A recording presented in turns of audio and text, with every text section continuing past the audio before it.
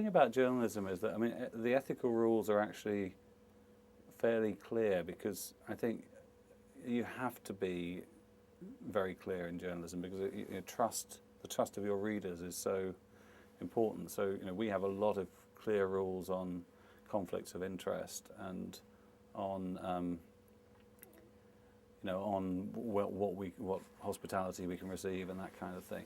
And where the difficult decisions come in, and part of the challenge of a journalist is you need to get to know the people that you're writing about, and there's always a danger that you might get to know them and sympathise with them to the extent that you feel you don't want to embarrass them, and you discover something that is difficult about them, and you might think, well, I just don't want to hurt them.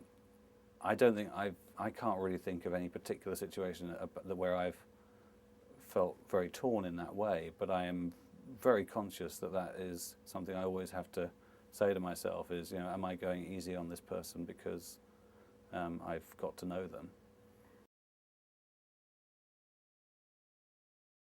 I think professionally, journalists, as they look at their fellow journalists, they're very worried about being seen as being soft on someone, as being seduced in some way. And one of the criticisms that reviewers have had of philanthrocapitalism has been that we've become cheerleaders for the rich. Now, I think that's completely unfair. I think if you read the book, where all the criticisms that are being made of these various philanthropists and how they're going about their work, the criticisms are all there in the book, and we've given them a chance to answer those things. The book is fundamentally positive because we believe that this is a positive trend, this philanthrocapitalism. But many people have said, they're just kissing up to, Matthew's got a crush on Bill Gates or something like that, one reviewer said. And you professionally feel inside, I don't want to be seen as being soft. But I think the duty of a journalist is to be honest and fair. Fox calls it fair and balanced, and I'm not sure that's what I mean, but that's why the term is so powerful, because actually that is, as a journalist, what you are supposed to be, is fair and balanced. And I think you will always feel that you need to have something that is a balancing negative comment. If you're writing a piece that's positive, equally you ought to have some balancing positive stuff in a piece when you're being negative.